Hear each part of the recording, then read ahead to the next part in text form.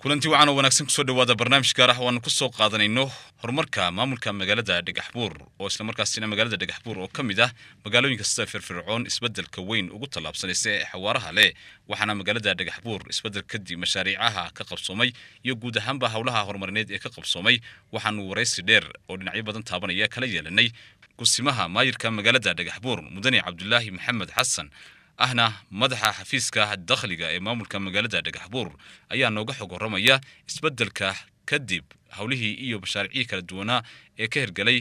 magaalada Dhagaxbuur. waad mahadsantihiin marka waxaan u mahadcelinayaa bahda warbaahinta dalka ee Ethiopian TV noogu soo booqatay magaalada Dhagaxbuur haddaan ka warbixiyo mashaariicda mataqaana noo qabsoontay isbedel kadib aad bay u ballaaran tahay haddii la eego magaalada wixii hadda ka hor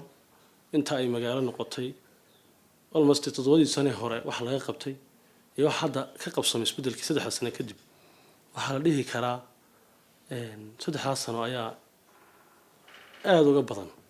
oo ku soo laamaysa tusaalahaan haddaan mataqaana ka warbixiyo mashaariicdii ugu weyneed ee ka qabsoontay isbedel kadib 2011 ilaa 2013 mashaariicaha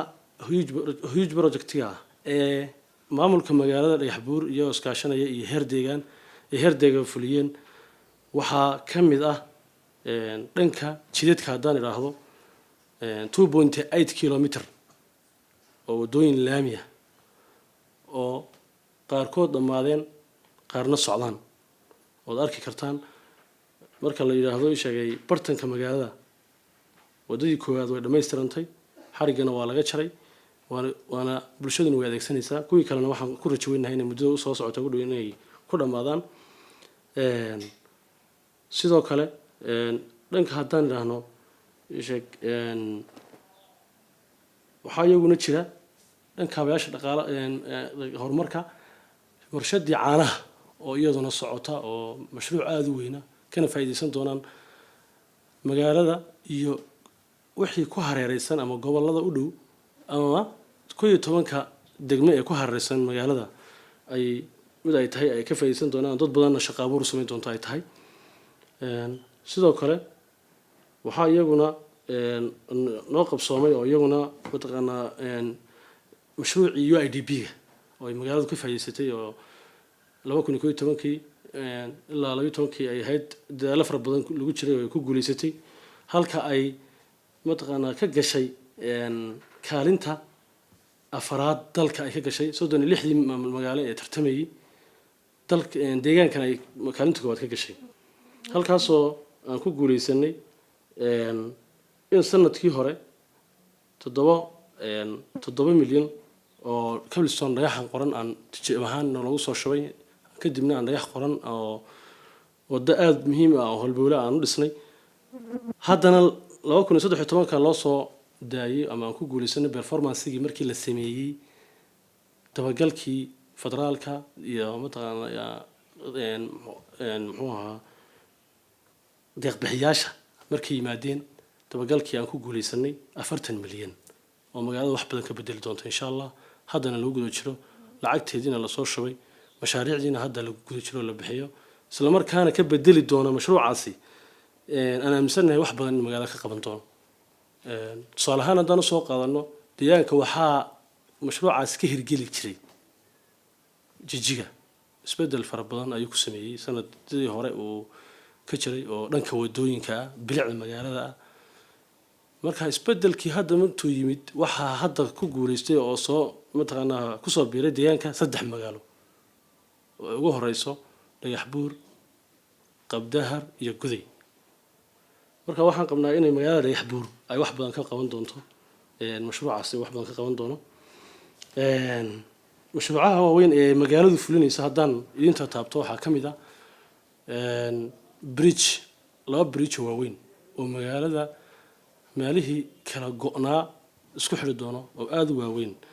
oo mid uu yahay xaafadaha magaalada bartanka magaalada 4 magaalo oo 4 xaafadood oo magaalada dhanka markuu roob yimaado u kala xidhmi jiray iyo xakan oo bridge muhiim ah loo sameeyey oo isagoo dhammaystirmo hadda la adeegsado oo bulshada adeegsato iyo ku hadda socda oo isaguna isku xidhi doono koobaad ilaa toddobaad oo muddo muhiim ah aanu aragnay inay mataqaanaa wax badan ay ka bedeli doonto isku socodka iyo bulshada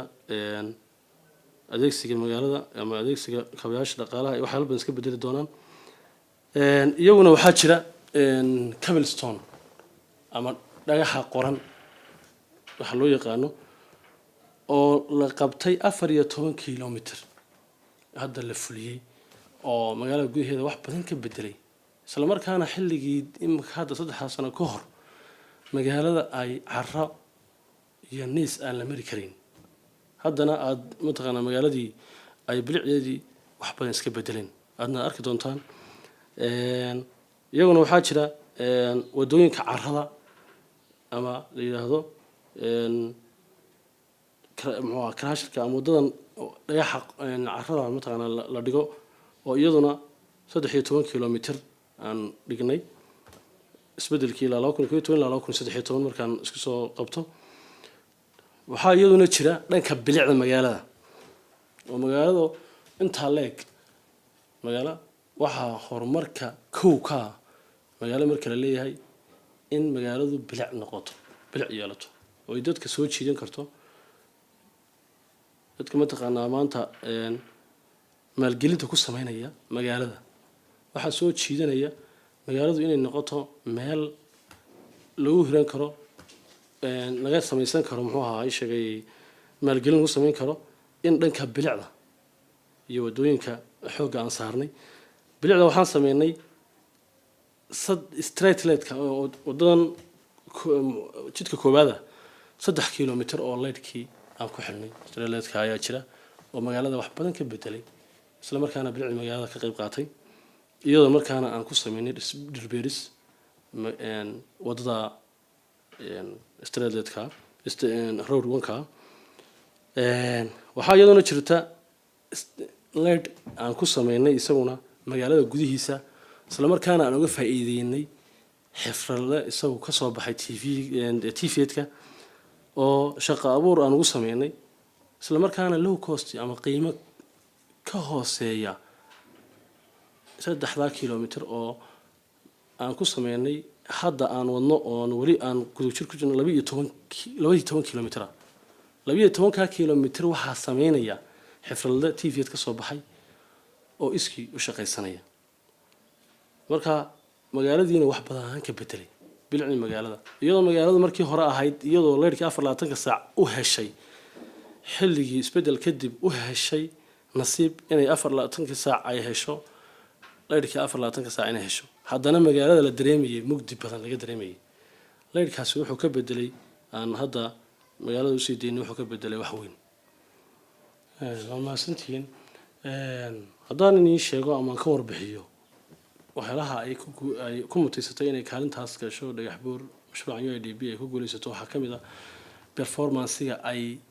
la qiimeeya ay waxay tahay in qodobo muhiim ah oo mid walbaba ku fadhiyo pointi gaara oo ay ka mid yihiin dhanka shaqo abuurka magaalada loo sameeyay ay ka mid yihiin kaabayaasha mataqaanaa horumarka mashruucaasha dhaqaalaha oo xaalihii laga qabtay ka mid yihiin bilicda saad sheegtay bilicda magaalada isbedelka badan ee ka mid yihiin dhammaan performance-gii la eegayay dhagaxbuur waxay noqotay kaalmaha koobaad meesha ugu wanaagsan dalka markii qiimeyntii la sameeyay meelaha ugu wanaagsan oo halsaan soo sheegay inay kaalinta afraad ka gashay tusaalena loo qaatay waxaalihii ay magaalada waxa la galaa shirar lagu qiimeynayo mataqaana marka dambe deegaanka iyo dalkaba meelo fara badan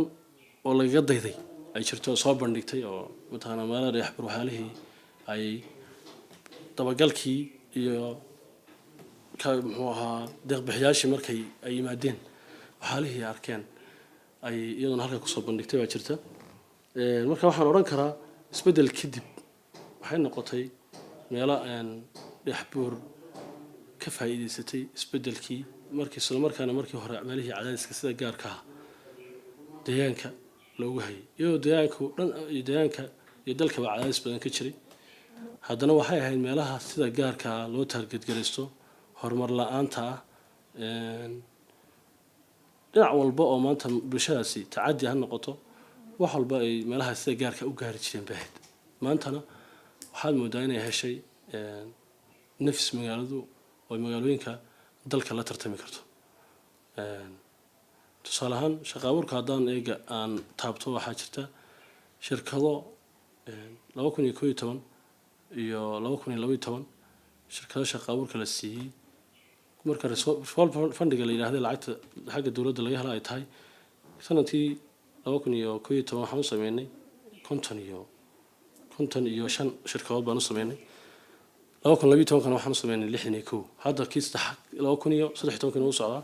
waxa inta dheer kii damaanad qaadka oo mar walba isagu socda oo aad u badan oo dadku aad uga faa'iideysanayaan baa isaguna halkiisa jira marka waxyaalaha ay ka faa'iideysanayso waxa kamid ah shaqo abuurkaas kamid ah waxaa kamid ah tacaddigii iyo dhibaatadii oo dadka mataqaana maanta ay dad mataqaana iskood xorriyad u helay oo mataqaana dadku ay maanta dad ay yihiin dad ka faa'iideysay isbedelka oo xorriyatul qowlka maanta iyo dhinac walba iyo iyagu ganacsatadu iskood u shaqaysanaya iyadoo taasi waagii hore ganacsiga laftiisa uu mataqaana xeernaa oo aftuubnaa la dhihi karo dad gaara oon la ogolayn inay bulshadu iskood u shaqaystaan waxay noqotay Dhagaxbuur iyo deegaankuwa meel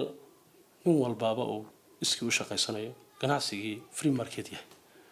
marka taas ay isbedelka keentay waan dhihi karaa waxyaalo badan in mataqaana magaaladii ay ganacsiga kordho in mataqaana waxyaalo fara badan oo mataqaana magaaladii ay ku guuleysatay ay kamid tahay ganacsiga iyo adeegyada shacabka laftooda ay keenayaan mataqaana ay iyagu ay iskood u shaqaysanayaan haday noqoto maalgelin iyo haday noqoto ganacsiga joognaa waa magaalada Dhagaxbuur ee xarunta gobolka Jarar magaalada Dhagaxbuur waa caasimadda gobolka Jarar sidoo kale waxay kamid tahay magaalooyinka ku guuleystay abaalmarinta lacagta maalgelinta ee lagu horumarinayo magaalooyinka arrintaasina waxay u suurta galisay oo ay sababtay in ay kamid noqoto magaalooyinka sida waaweyn looga dayan karayo mashaariicaha kala duwan ee ka suurta galisay haddii noqoto dhinaca qurxinta bilicda magaalooyinka iyo waliba fursadaha shaqooyinka ee kala duwan ee abuurayso ayaana u sababtay in ay kamid noqoto magaalooyinka ugu wanaagsan ee maalgelinta qurxinta magaalooyinka inay kamid noqoto magaalada Dhagaxbuur sidoo kale waxaa ka jira isbedel weyn oo dhinaca fursadaha shaqo abuurka waxa la sheegayaa in sidoo kale xilliyadii hore ee isbedelka ka hor in aanay fursadaha shaqooyinka ee heerkan muddada gaaban gudaheed lagu abuuray aanay imika ka hor ka jirin gobolkani iyo waliba magaaladani Dhagaxbuur faa'iido waxa kamid ah dadka waxa la iskugu xiraa xirfadayaasha ama dadka TV-ka ka soo baxa xirfada kala duwan bartay ayaa la isku xiraa waxa la isku xiraa oo kale iyaguna hooyooyinka danyarta ee ganacsiga yaryar ee hadda soo kacaya iyaguna gacanta ku haya oo lagu kobciyo ganacsigooda labadaba way isku jiraan marka waxa jira iyagana dhalinyarta gaar ahaan looga faa'iideynayo wax baratay inay noqdaan kuwa shaqo abuur loo sameeyo oo ka sugin dawladda mataqaana wax uu ka sugan noqdaan kuwa iskood mataqaana u shaqaysto xirfad iyagu intay bartaan ku shaqaystaan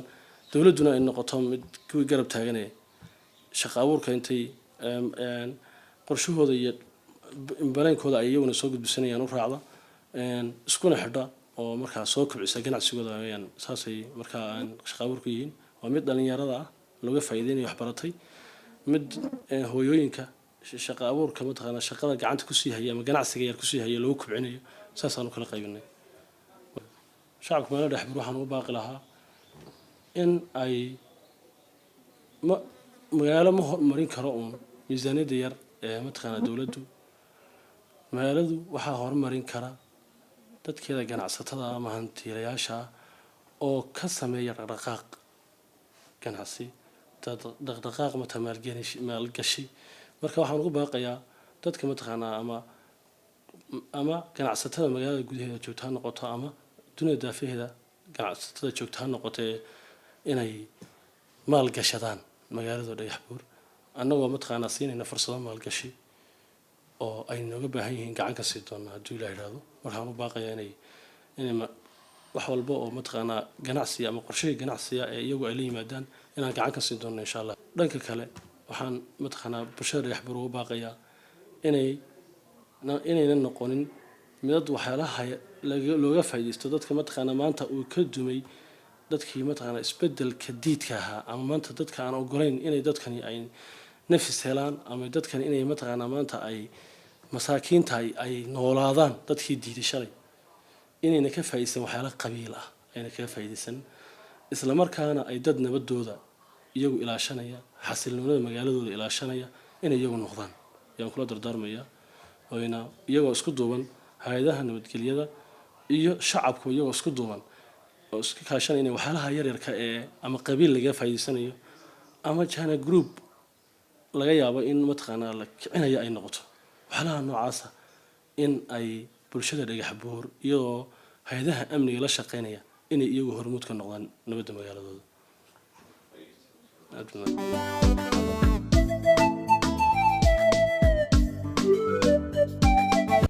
isbeddelka kadib deegaanka Soomaalida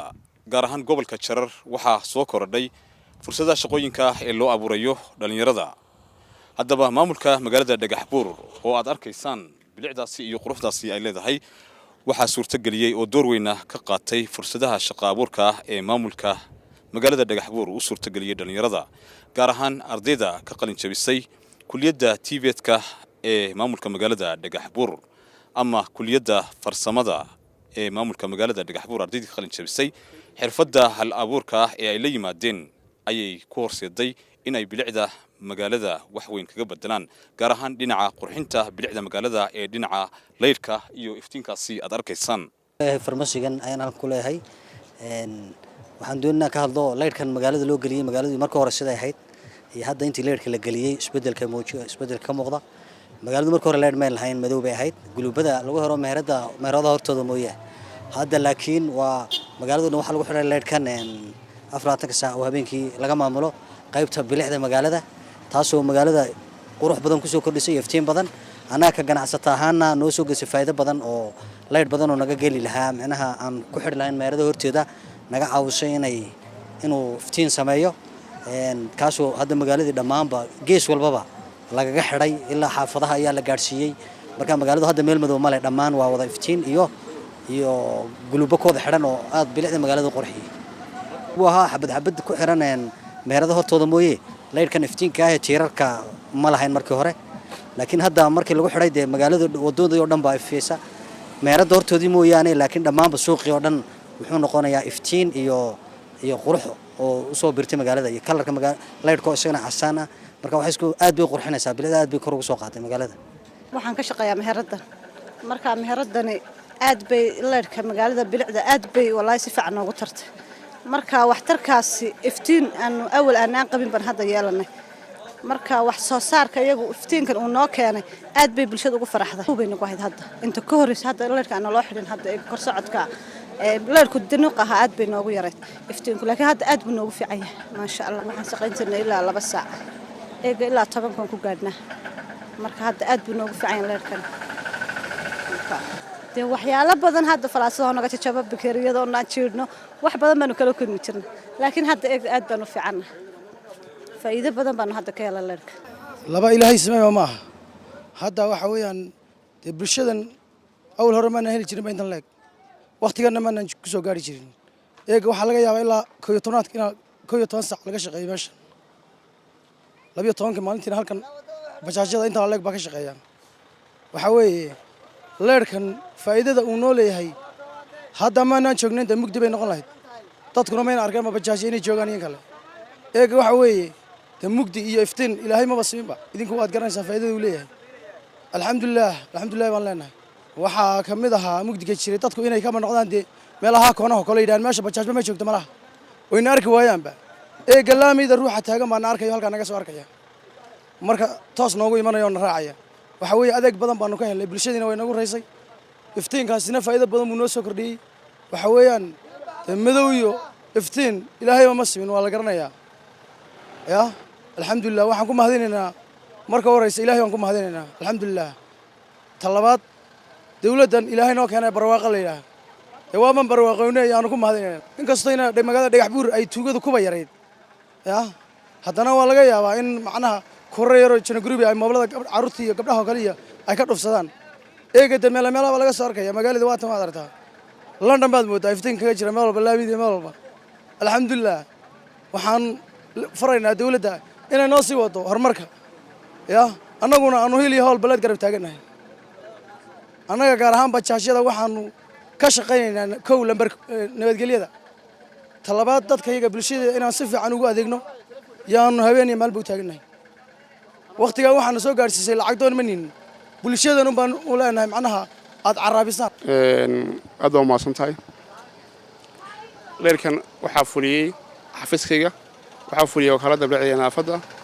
leerkan wuxuu hal abuur ka dhashay dhalinyaradii ka qalin jebisay tvdka maamulka magaalada Dhagaxbuur ama kulliyadda farsamada xirfadaha ee maamulka magaalada Dhagaxbuur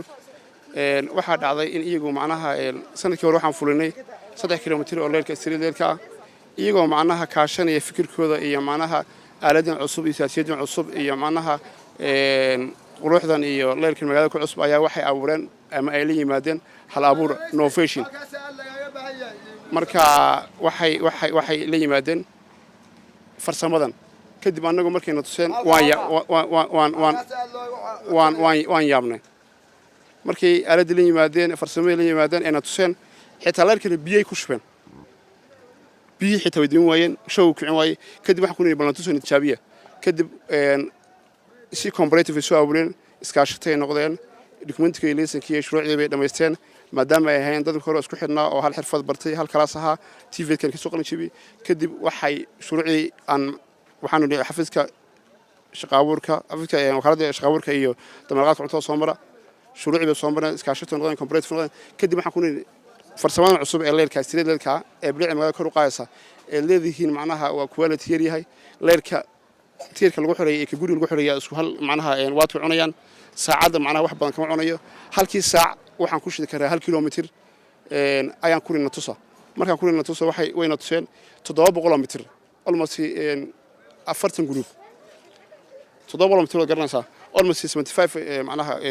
marka 1 kilomitir waxay noqonaysaa 75 kilomitir oo giftiya ayna tuseen oo shideen kadib waan ku qanacnay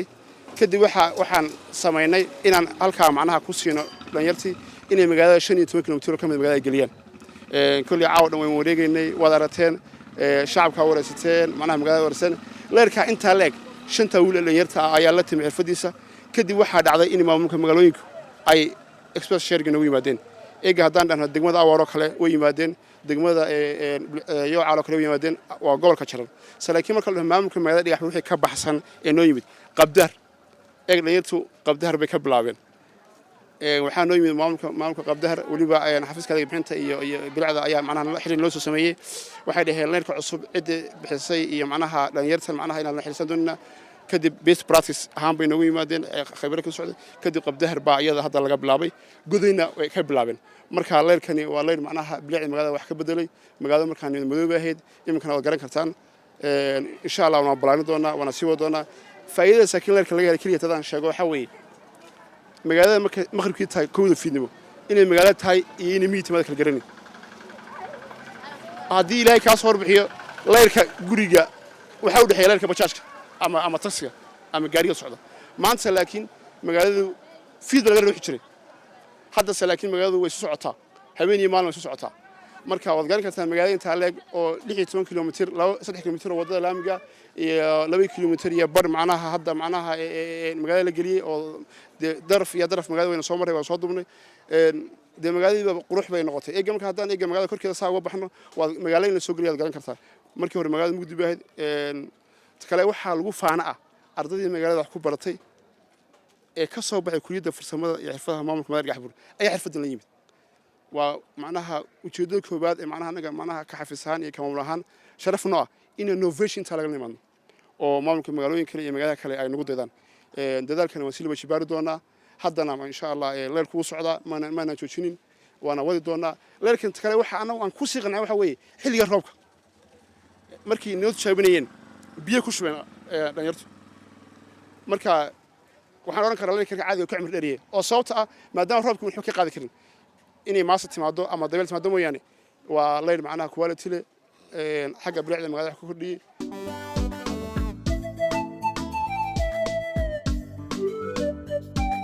وهجاج waxaan taasi noogu dham barnaamijkii gaarka ahaa ee aan ku soo qaadanay horumarka maamulka magaalada Dhagaxbuur intaanu barnaamij kale oo la mid ah dib hawada u kulmi doono ka hor waxaan idin leeyahay nabadgelyo